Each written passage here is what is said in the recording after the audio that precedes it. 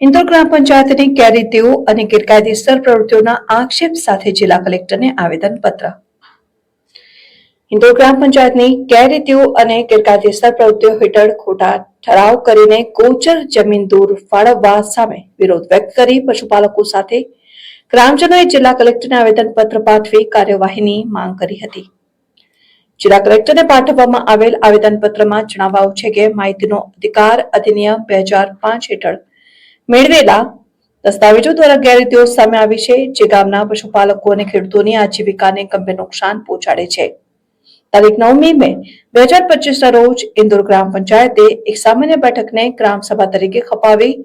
આ બેઠકની જાણ ફક્ત સરપંચના અંગત લોકોને તત્કાલ ધોરણે આપવામાં આવી અને ગામના મોટા ભાગના લોકોને અજાણ રાખવામાં આવ્યા.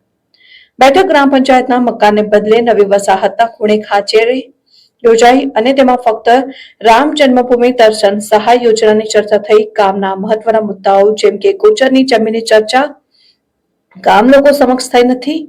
ગેરકાયદેસર લોકોની ખોટી સહીઓ કરીને ખોટા ઠરાવ લખવામાં આવ્યા. સરપંચ, તલાટી અને સભ્યો જાહેર હિતનો ખોટો આડંબર કરીને ઠરાવો લખેલ છે, જેમાં ખાનગી એકમને ફાયદો પહોંચાડવા જમીનની ફાળવણી કરવામાં આવી છે, પરંતુ આથી ગામના લોકોને કોઈ ચોક્કસ લાભ થવાનો નથી. ઇન્દોર ગામથી વેલુ ગામનું અંતર 5 થી 7 કિલોમીટર, જવા આવવા 10 થી 14 કિલોમીટરનું દૂરનું અંતર થઈ જાય છે. પશુઓને ચારણ માટે દૂરની જમીને લઈ જવા લાવવામાં અત્યંત અવઘડરૂપ છે. ખાસ કરીને વૃદ્ધો અને મહિલાઓ માટે આટલા કિલોમીટર પશુઓ અને પોતે ચાલતા જવું એ શક્ય સંભવ નથી અને અવ્યવહારુ છે. આ ગેરરીતિઓ અને આરટીઆઈના પુરાવાઓના આધારે ગુજરાત પંચાયત અધિનિયમ 1993 ની કલમ 189 અને 180 હેઠળ સરપંચ અને સંબંધિત સભ્યોની ગેરવર્તણૂકની તપાસ કરીને તેમનું તાત્કાલિક સસ્પેન્શન કરવામાં આવે તેમજ જવાબદારો સામે જરૂરી કાયદેસરની કાર્યવાહી કરવામાં આવે તેવી માંગ કરવામાં આવી છે. મારું નામ યાસીનભાઈ હબીબભાઈ ખોખર, ઇન્દોર ગામનો રહેવાસી છું. અમારા ગામમાં ગેરકાયદેસર ગામ સભા ભરી આ લોકોએ ખોટી સહીઓ ગામ લોકોની કરાવીને ખોટા ઠરાવો પંચાયતથી આપેલા છે. એને રદ કરવા બાબત અમે ગોચરની માંગણી પશુ વાળોને લઈને આવેલા છે. અમારી એક જ માંગ છે કે આ ઠરાવ પાસ થવો જોઈએ ના. વિરુગામ અમોને 5 થી 7 કિલોમીટર આપે છે જગ્યા, એ અમોને મંજૂર છે નહીં ગામ લોકોને.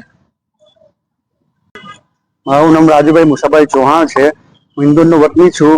અમારા ઇન્દોર મતલબ 9/5 લોકોએ 9/5 દિવસે એ લોકોએ ખોટી ગામ સભા ભરી ખોટા ઠરાવો પાસ કર્યા છે.